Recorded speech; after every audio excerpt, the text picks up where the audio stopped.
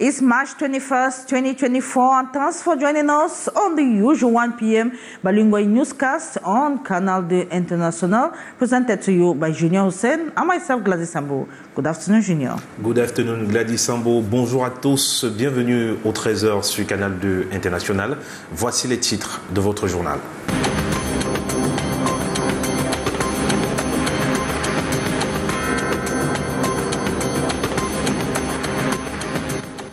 De nombreuses personnes défigurées auront bientôt du sourire sur leur visage. La reconstruction faciale est gratuite, initiée par des hommes et femmes au cœur sensible, vient d'être lancée à Douala. La lutte contre le Noma, une action soutenue par le ministère de la Défense et ses partenaires. A heartbreaking incident that has rocked the community of Mbangante in the division of the West region of Cameroon as an 18-year-old Gabriel Chutu tragically lost his life after being fatally stabbed by his younger brother. What began as a dispute between siblings escalated into a fatal altercation, leaving both the family and neighborhood reeling in shock and grief. Ce 21 mars 2024 se célèbre la Journée internationale de la poésie. De nombreux poètes camerounais viennent d'être célébrés à l'Institut français de Douala dans le cadre de la Semaine de la littérature africaine. Le 13h a pris part à la cérémonie de dédicace du livre intitulé J'ai rosé du poète Yachet Patrick. On en parle dans un instant. And today, March 21, marks the World Day for the Elimination of Racial Discrimination, with this year's theme closely tied to the International Decade for People of African Descent, spanning from 2015 to 2024. In commemoration of this significant day, we bring you the message of the UN Secretary General emphasizing the global effort to eradicate racial discrimination in this newscast. Those were major stories. Stay tuned for developments.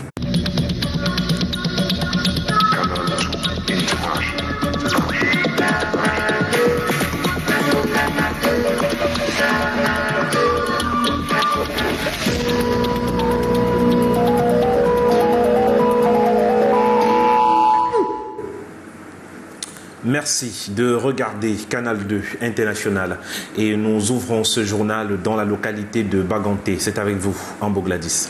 Exactly, we begin with the incident that has gripped the population of Bangante in the division of the West region of Cameroon as an 18-year-old boy, Chutu. Chutu has been stabbed to death by his younger brother. The dispute between the siblings escalated into a fatal altercation, leaving the family and the neighborhood in shock and grief. As you tell us, Morindi. 18-year-old Gabriel Chute will never return to Mbangante Technical High School. The second-year auto mechanics students met a tragic end after being repeatedly stabbed by his younger brother. Gabriel succumbed to his injuries at the Bafoussam Regional Hospital. What initially began as a dispute between the siblings tragically culminated in irreversible consequences. The brother was doing something else and he sent the younger one to go and continue packing up the rest of the things. After a while, he came back holding the stomach that he had been stabbed by his brother. The knife touched his liver. He was stabbed almost on the hand and other parts of the body. Hailing from a polygamous family, the victim had visited his father in the neighborhood of Mbangante, 2nd District, where the unfortunate incident unfolded in the absence of their parents. Following the heinous act, the alleged perpetrator vanished without a trace. We have monsters living in our society. He has killed someone. He can no longer live among people. How can a child soil his hand with blood? This shocking incident has not only claimed a young life, but has also cast a shadow of insecurity over the entire community. As authorities continue their investigation, the family mourns the loss of Cabral, whose promising future was tragically cut short by familial discord turned fatal. And the recent internet disruptions in Cameroon have underscored the vital importance of reliable connectivity, highlighting the indispensable role of the internet in modern communication.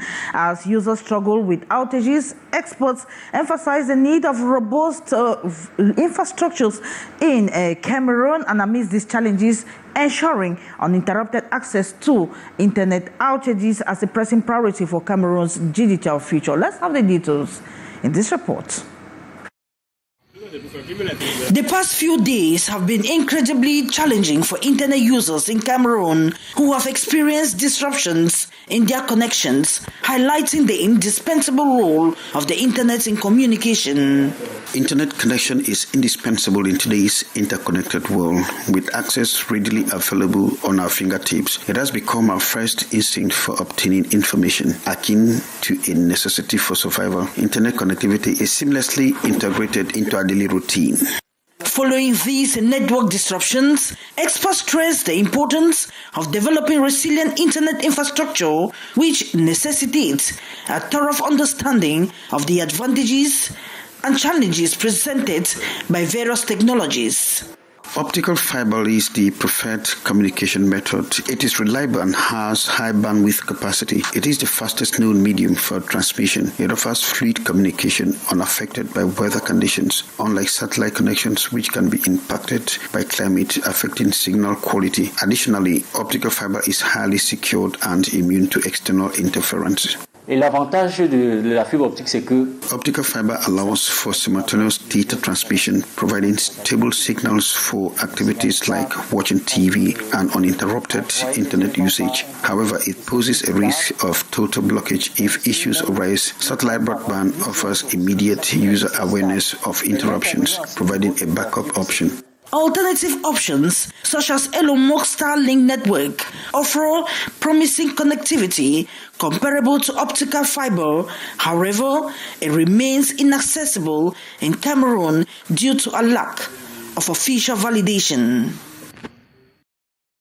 And today, March 21, marks the International Day for the Elimination of Racial Discrimination, remembering the tragic events of 1960 when police in Sharpeville, South Africa, opened fire on peaceful demonstrators protesting apartheid laws, resulting in the loss of 69 lives.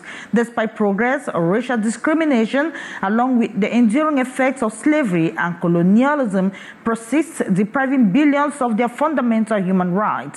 This year's theme is intricately connected to the International Decade for People of African Descent, spanning from 2015 to 2024. It underscores the global commitment to recognizing the safeguarding the human rights of individuals of African descent, acknowledging their unique challenges and contributions to societies worldwide. Let's have the message of the UN Secretary General, Antonio Guterres. Racism is an evil infecting countries and societies around the world, a deeply entrenched legacy of colonialism and enslavement. The results are devastating: opportunities stolen, dignity denied, rights violated, lives taken and lives destroyed.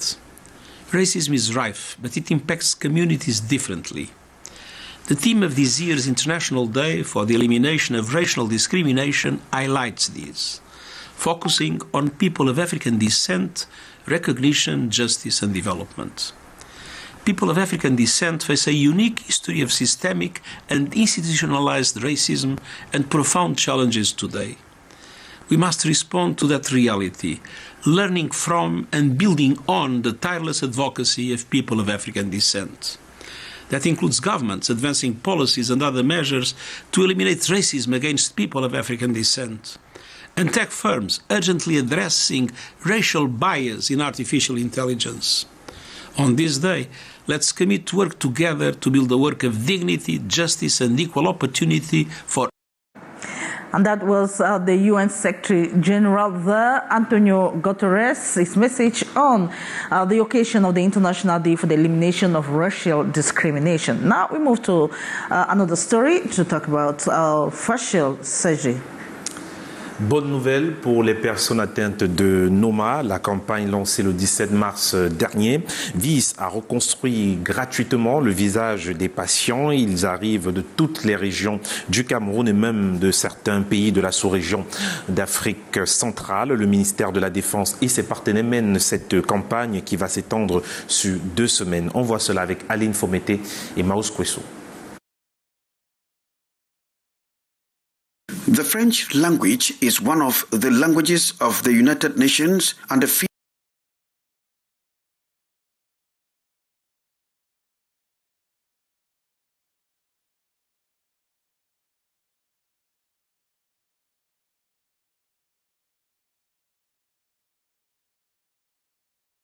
Priscille, sans emploi.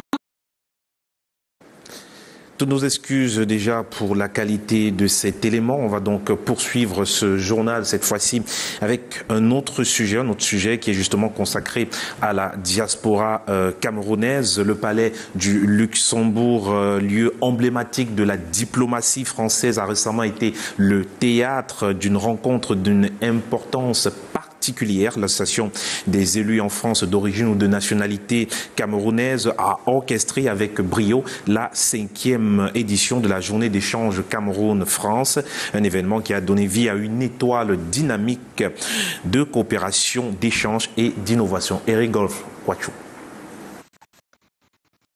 C'est dans le cadre prestigieux.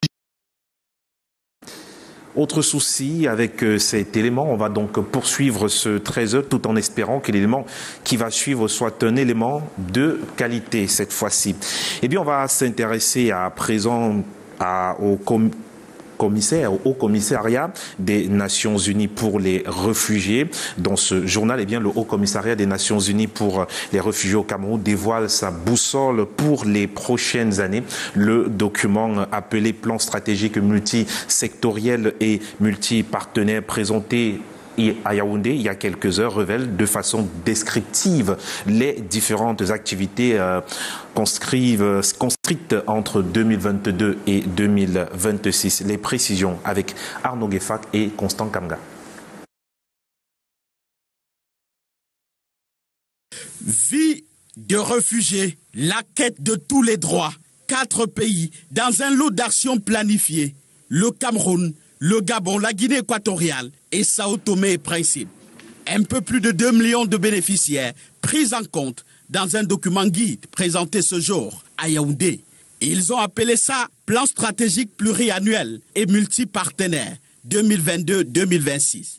Il vient rompre les habitudes du passé. Nous avions un plan annuel, maintenant nous aurons un plan pluriannuel qui nous permettra de nous aligner aux autres plans. Par exemple, la stratégie nationale de développement du gouvernement, par exemple les objectifs de développement durable ou aussi le plan cadre des Nations Unies pour le développement durable. Ça nous permet d'avoir des stratégies à court terme, lorsqu'on a des afflux, qu'on doit répondre à l'urgence, mais ça nous permet aussi, quand la situation se prolonge, d'envisager des solutions à moyen et à long terme. Plus de 689 millions de dollars américains à mobiliser pour ce plan. À côté des gouvernements concernés, le système des Nations Unies se positionne en partenaire stratégique pour agir efficacement. De telle sorte à apporter une contribution de façon coordonnée, de façon holistique à la problématique des réfugiés, mais aussi des personnes en déplacement interne dans le pays. Cela passe par l'appropriation de ce plan, sa vulgarisation et son adoption par les différents pays cibles. Et nous poursuivons avec vous, Gladys Sandro. And yesterday was observed as the International Day to commemorate the French language, being one of the major languages in the world. The French language is facing threats of decline in many parts of the world, and Kejang Henry Atembe takes a look on some of the reasons and say, despite the threats, more than 300 million people the world over speaks the French language. Let's have his report. The French language is one of the languages of the United Nations and the 5th most spoken language in the world, and present on every continent. Despite having close to 300 speakers across the world, there are, however, non-contestable data which shows that the French language is threatened in many parts of the world, including Africa and Canada. Like Rwanda, Mali has dropped French as an official language, though it is still used as a working language. No wonder the decline of the French language is further compounded by anti-French sentiments on the African continent. More so, many countries with French as official language are joining the Commonwealth of Nations, whose official language is English. Examples are Gabon, Rwanda, Togo, Seychelles, the Dominican Republic, Cameroon, just to name these few. Despite the threats, the French are doing everything to promote the language through the contemporary diplomatic moves like the Francophonie and France-Afrique, for French to remain the identity of those countries with anti-French sentiment. That is why the French have created Institut Français to promote French and French cultural values across the world. Tabia has offered a bouquet of flowers and valise to a mother and her twin babies, the fruits of in vitro fertilization, happy end of a long, complex and difficult journey of a lady in her 50s at the Yaoundé Gynecological Endoscopic Surgery and Human Reproductive Teaching Hospital in the nation's political capital, Yaoundé. Let's have more with Beatrice Gamon. The facial expression tells of a mother, blessed indeed, with 2 beautiful baby girls, twin, her bundle of joy, fruit of in vitro fertilization. What the First Lady is celebrated at Cliquez. Chantal Bia's package, a bouquet of flowers, gifts for the babies and their mother, and a valise. Thank you, Chantal Bia, for putting a smile on my face. The joy contaminated the lady's father and family members back at home. Oh, un sentiment de joie terrible dans le cœur. Sentiments of joy in my heart as I speak. All family members, since the day this marvelous situation happened, it's been total joy at Buddha because no one knew she could breastfeed as she's doing. Success story of a long, complex, and difficult journey of a 53-year-old lady. One previous cesarean section, the baby died at the age of 20 years old. 30 years, this lady was looking for a child. And when she came to see me, in a situation of menopausal women, we fertilized 2 eggs and we got 2 nice embryos. We transferred those embryos at the age of blastocyst, that is day 5. All went well until the 37th week. The lady developed preeclampsia and a cesarean section was performed. Between 2 girls were born. Mother and babies were doing fine until nightfall. She started bleeding heavily because the uterus could not contract. Blood transfusion was done, so two efforts to close the uterus helped a bit. But the following day, the bleeding started again. Another transfusion was done alongside malaria treatment. Her temperature then stabilized. Get our students aware of this type of protocols. In case of this situation, they can handle it everywhere they have. Another great lesson in the life-saving and giving mission at the Yaoundé Fertility Hospital. And still in health, efforts to stop tuberculosis by 2025 is still wanting, despite encouraging results so far. Talking to the press in the nation's political capital Yaoundé yesterday, the Minister of Public Health, Malawuda Malnachi, says or reiterated the need to reduce infections by intensifying prevention, treatment, improve the quality and follow-up of tuberculosis patients. Let's have more with Beatrice Ngamu. World Health Organization statistics on tuberculosis fights here in Cameroon reveals the incident dropped from 164 on 100,000 cases in 2021 to 154 in 2022. So too deaths from 30 to 26 on 100,000 during the same period. Molecular diagnostics machines available to handle new cases of sensitive and multi-resistant tuberculosis, among others, with encouraging results. Cameroon's presentation. Here and there.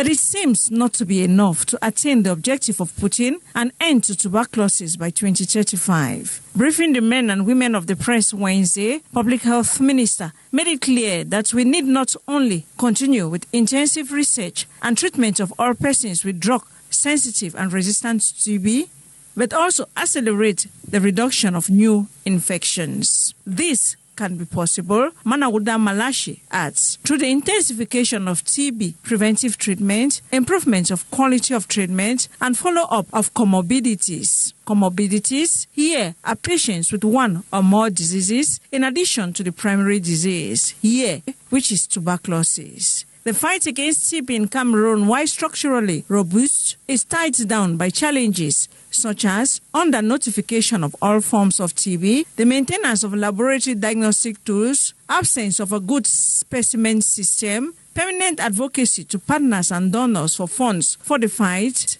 and need for the non-payment of sputum tests. As another World Tuberculosis Day approach next March 24, Cameroon is determined through a synergy of actions with all actors to impact drastic improvement in services and significant drop in the number of tuberculosis cases.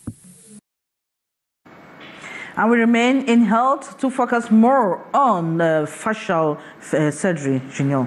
Eh bien, nous allons rester en santé. On va s'intéresser au NOMA. Eh bien, des personnes défigurées vont avoir du sourire dans quelques semaines, faudrait le dire ainsi, grâce à des opérations gratuites menées justement par le ministère de la Défense avec ses différents partenaires. On voit cela avec Aline Fomété et Maus Kwesson.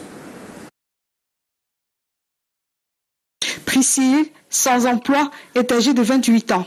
À 5 ans, le NOMA a été diagnostiqué chez elle. Puisque ça m'a donné ce qu'on appelle... je suis comme un enfant qui a la maladie du sommeil, quoi.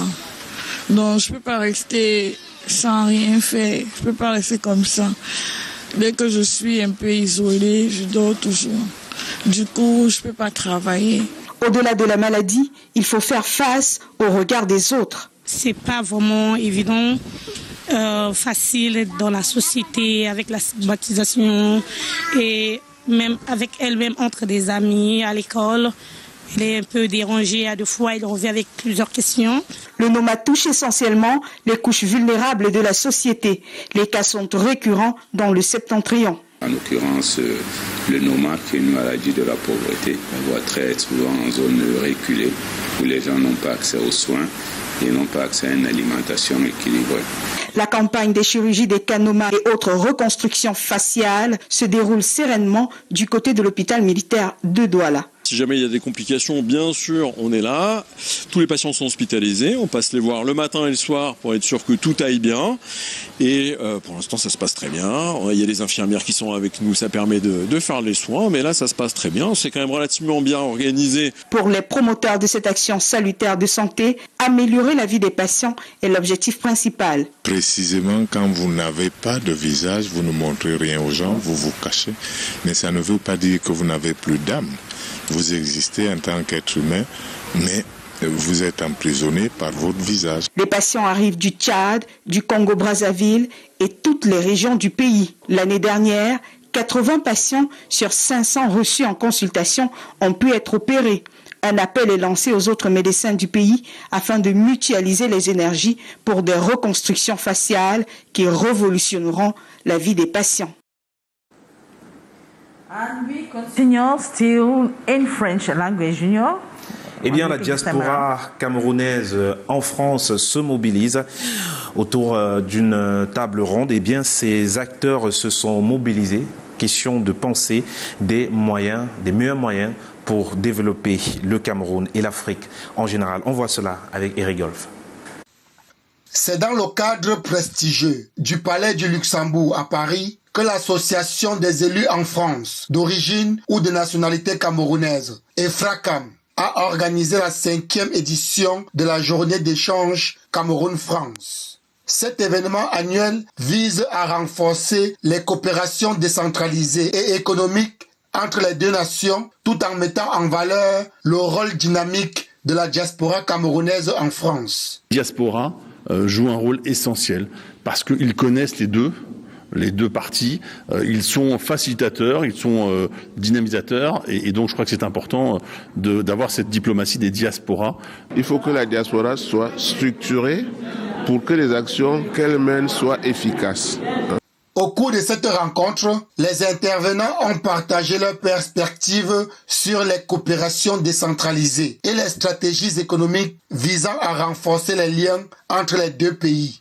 Les panélistes de divers domaines, tels que le droit, la finance, le sport et l'entrepreneuriat, ont enrichi les débats et offert des idées novatrices pour stimuler le développement économique et social. Ce qui est formidable, c'est de voir cette diaspora camerounaise ici, aujourd'hui, qui se mobilise non seulement pour construire son avenir, évidemment, ici, et peser sur les choix qu'ils font dans les différents domaines dans lesquels ils sont. La journée s'est conclue par un rapport général présenté par Pierre de Gaëtan Djinkam, qui a souligné l'importance de ces échanges pour le renforcement des liens entre le Cameroun et la France. La visite du palais du Luxembourg a permis aux participants de poursuivre les échanges de manière informelle et de tisser des liens durables au-delà de l'événement. Et dans la suite de ce 13h, on parle poésie à présent. Du côté de l'Institut français du Cameroun se tient en ce moment la semaine de la littérature africaine. Eh bien, plusieurs poètes ont été honorés de ce côté-là. On voit cela dans ce reportage signé avec la collaboration de Lionel Tchofo. La semaine de la littérature africaine à l'Institut français du Cameroun, antenne Douala. C'est la vague des auteurs africains qui se déverse de part et d'autre de l'Institut. Ce mardi, le poète Yachet Patrick ouvre son premier jet au public. J'ai rosé, une œuvre poétique engagée. Bien que c'est une invitation à la joie, à la tendresse, il y a aussi une interrogation sur la mort, sur l'amour aussi. Un amour qu'il étudie dans sa dimension holistique comme un sentiment à la fois de joie et de tristesse. La dédicace de ce recueil de poèmes transporte le lecteur sur les pas de l'amour, de la souffrance et de la résistance. Il sait, nous savons, tous ces camarades qui sont ici ensemble savent la genèse de son livre. Donc, ce qui me frappe là actuellement, c'est le fait que les trois auteurs nous donnent, à moi particulièrement, l'envie de lire. J'ai rosé de Yachet Patrick est un recueil de poèmes de 110 pages où sont couchés 71 poèmes. Premier coup d'essai de l'auteur. J'ai préféré choisir la voie de l'écriture pour amener les gens à plus d'action, parce que nous sommes devenus très passifs. Nous subissons la télévision et autres médias qui ne nous amènent pas toujours à agir, n'est-ce pas? Peut-être en dénonçant, ça crée une prise de conscience. Cette semaine, de la littérature africaine est également la rencontre des auteurs. Ici, Caroline et le père Batoum sont aux côtés de Yachet Patrick pour un moment de dédicace exceptionnel à Douala. L'école des valeurs que prône la communauté économique des États de l'Afrique centrale, la communauté économique et monétaire des États de l'Afrique centrale, il est question de s'aimer en eux la graine CEMAC afin de leur inculquer la volonté d'agir, de penser et de se préparer à conquérir les marchés, les nombreuses opportunités qu'offrent les 6 pays membres. Donc le Cameroun en fait partie. On voit cela avec Karel Mezachachoya et Samuel Ebakissé. C'est en effet un moment d'échange auquel prennent part ces élèves. Principal sujet à l'ordre du jour, l'idéal communautaire. Chapitre ouvert pour permettre à ces jeunes de toucher du doigt les valeurs et opportunités de la communauté économique et monétaire de l'Afrique centrale. Le but escompté, leur permettre d'en tirer profit le moment venu, mais aussi et surtout mieux les outiller sur les missions de la CEMAC, afin qu'ils puissent accompagner les dirigeants des 6 pays membres pour aboutir à la CEMAC des peuples.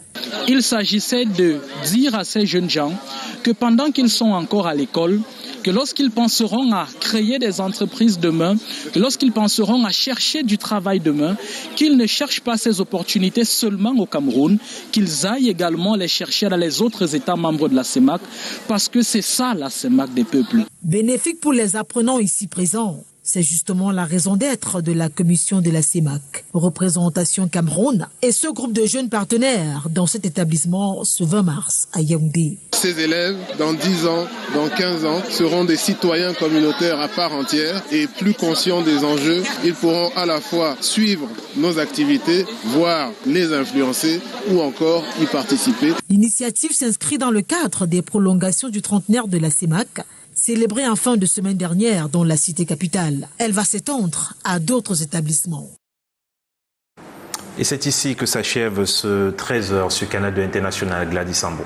Yes, here we wrap up this edition of the 1 p.m. bilingual newscast on Canal International. It's a pleasure knowing you are watching, but then stay tuned to programs on Canal International. We shall be here again tomorrow, God's willing, same time. Bye-bye.